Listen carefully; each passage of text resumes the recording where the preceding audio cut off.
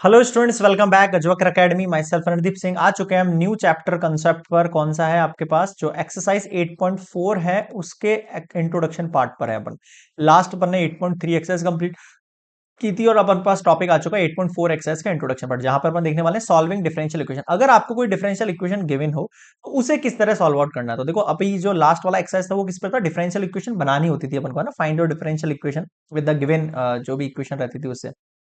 तो अपन कॉन्स्टेंट्स को एलिमिनेट करते थे लाइक दैट।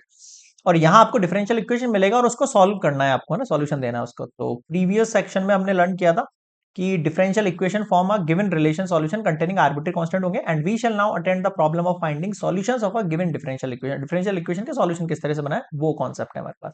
ओके, तो देखते हैं इसके लिए कुछ एग्जाम्पल अपन इक्वेशन का।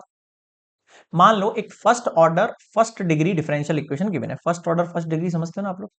जैसे डी वाई बाई डी दे रखा है, तो इसका ऑर्डर कितना है? वन। इसका डिग्री कितना है? वन है। ठीक है, यहाँ पर जो सामने इक्वेशन होगी कुछ भी हो सकती है। मान लो एक्स प्लस वाई दे रखा है आपको, मान लो 2x दे रखा है। इस तरीके से इक्वल्स में कोई भी इक्वेशन होगी जिसमें एक्स एंड वाई के कॉन्टेंट्स रहेंगे, वेरिएबल रहेंगे। If the differential equation first can be express in the form this thing. अब इसको एक्सप्रेस कैसे करेंगे अपन देखें। जैसे मान लो हमारे पास इक्वेशन दे रखी है d y upon d x equals to x multiply y दिया है, मान लो ऐसा। अब आप फोकस करो, हमें यहाँ पर इक्वेशन को सॉल्व करना है। तो इक्वेशन में हमको सॉल्व कैसे करना है? वेरिएबल्स को सेपरेट करना है विद द सेम वेरिएबल। अब सेम वेरिएबल का मतलब क्या हुआ? जैसे मान लो यहाँ पर y है, यहाँ पर क्या है? y।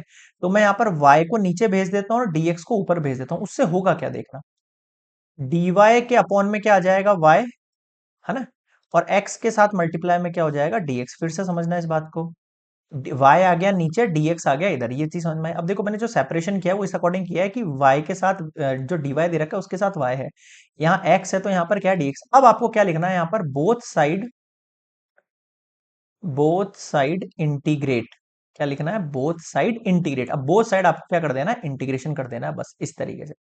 अब जो बुक में जो एग्जाम्पल दे रखा है वो समझाता हूँ। ये y का फंक्शन है तो यहाँ पर dy है, ये x का फंक्शन है तो यहाँ पर dx है। Then the differentiable equation is said to be variable separable, है ना। अब ये क्या हो गया? वेरिएबल सेपरेबल हो गया। मतलब इस साइड वेरिएबल इस तरीके के, मतलब y वाले तरीके के, इस तरफ x वाले तरीके के।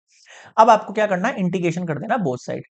ठीक है, और जब इंटीग्रेशन करोगे यहाँ पर बोथ साइड, और प्लस सी क्या रहेगा आपके पास? कांस्टेंट रहेगा। एक सी लगा देना, कांस्टेंट, आर्बिट्री कांस्टेंट। बताओ समझ में आया क्या? क्लियर है? तो इस तरीके से अपन को इक्वेशन सॉल्व करना बिल्कुल आसान है। अगर आपको इंटीग्रेशन अच्छे से आता है, डिफरेंशिएशन अच्छे से आता है, तो ये टॉपिक आपको सबसे इजी लगने वाला है इस एक्सरसाइज का। तो नेक्स्ट मिलेंगे हम एग्जाम्पल नंबर 1 तक, 1 पर। और कोई डाउट लगे अभी तक इससे पैक वाले एक्सरसाइजेस तक 8.3 तक, तो आप मुझे कमेंट्स में बता देना। मेल भी कर सकते हो मुझे gajwakar@gmail.com पर। अबाउट सेक्शन में जाओगे तो वहां पे इन्फॉर्मेशन मिल जाएगा इसका। मिलते हैं नेक्स्ट एग्जाम्पल 1 पर, तब तक के लिए गुड बाय।